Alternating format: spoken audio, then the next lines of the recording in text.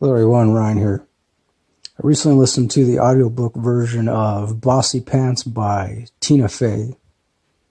That's right, same Tina Fey from Saturday Night Live and 30 Rock and a bunch of other comedic movies.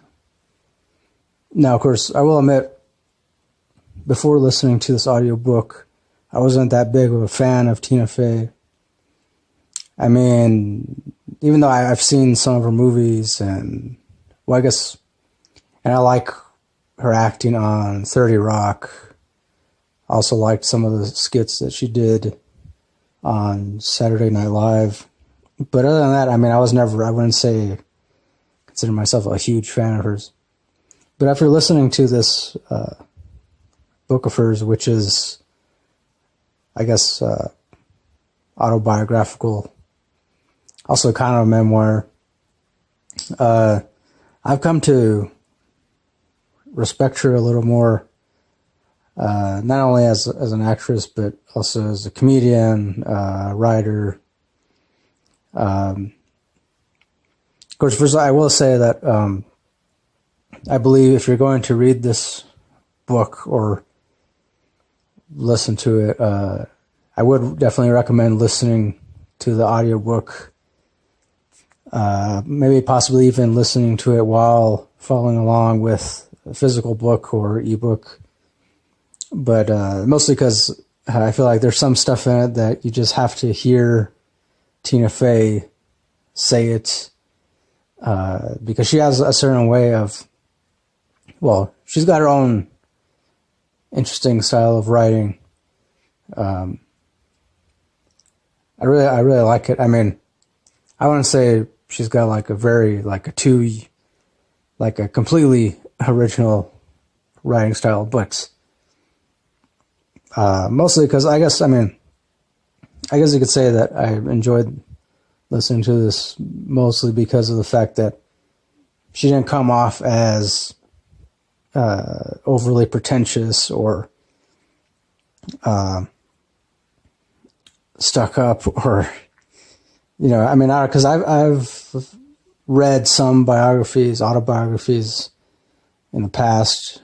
I also listened to some other audiobook versions of various autobiographies, and there's a lot of them that do make the particular individual sound overly pretentious, or like there's some kind of unique, awesome miracle that everybody should obey and worship. And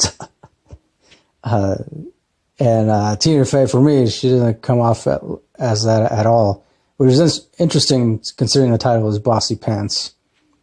But that's mostly because she tries to get across this message that she believes when it comes to being in a creative field, or in any kind of creative profession, sometimes most of the time, you do have to come off as a little bossy, at least every once in a while. Otherwise, nothing is going to get done. And I can definitely agree with that wholeheartedly, because me being a creative person myself, just the fact that I've played guitar with so many different bands over the years, and yeah, I can definitely attest to the fact that sometimes somebody does have to take the reins and just, unfortunately, be bossy, be thought of as, the one who's the bossy pants. Because otherwise then nothing gets done, and, everything just, everything becomes in danger of falling apart. And so, yeah, I like that message that she tried to get across. I also just liked hearing about her childhood, though she doesn't really go too in depth as far as her childhood is concerned. She does talk about, I guess you could say, the significant moments of her teenage life, and then also early college life, and the things she experienced after graduating college, and then going on different auditions. And she was a part of this improv group called Second City, and that's where I guess you could say she, really fell in love with just creating a lot of funny stuff on the spot, and which is what improv is, if you don't already know what improv is.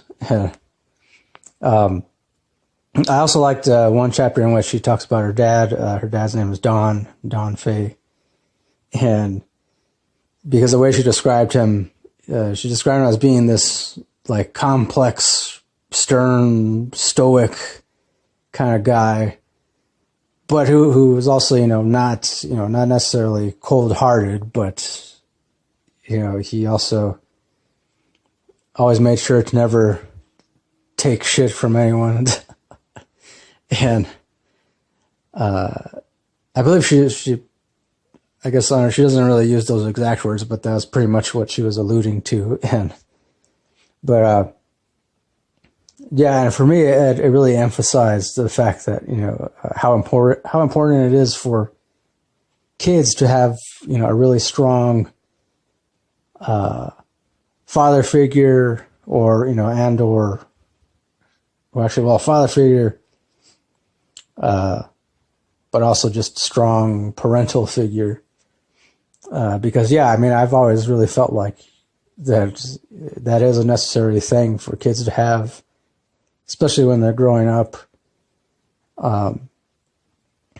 Because naturally, most kids growing up, they tend to have a lot of questions about life and, what's going on, not only what's going on within them, but also, they have a lot of questions about what's going on in the world that they live in. And it's a shame that not every kid, there are a lot of kids in this world that don't have a strong parental figure.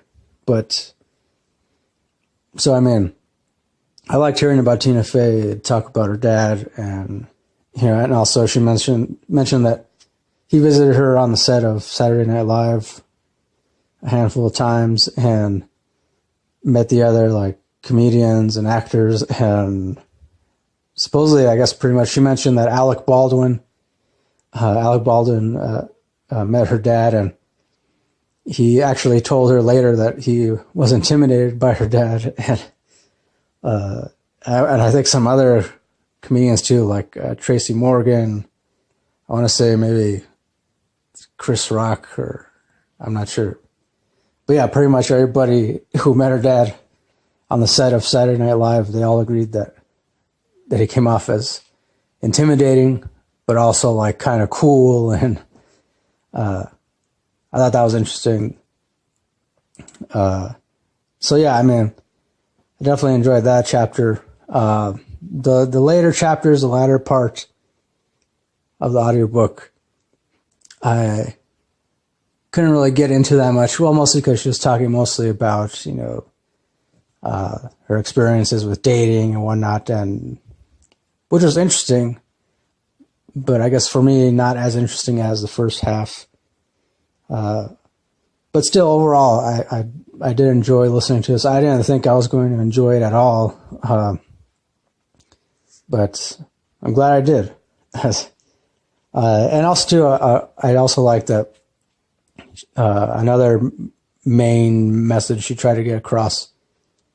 In fact, I think more than any other message in the entire audiobook was that she wanted young girls to know that it's okay for them to be themselves, it's okay for them, to not live up to some kind of unrealistic body image or standard of beauty, because ultimately, she points out the fact that,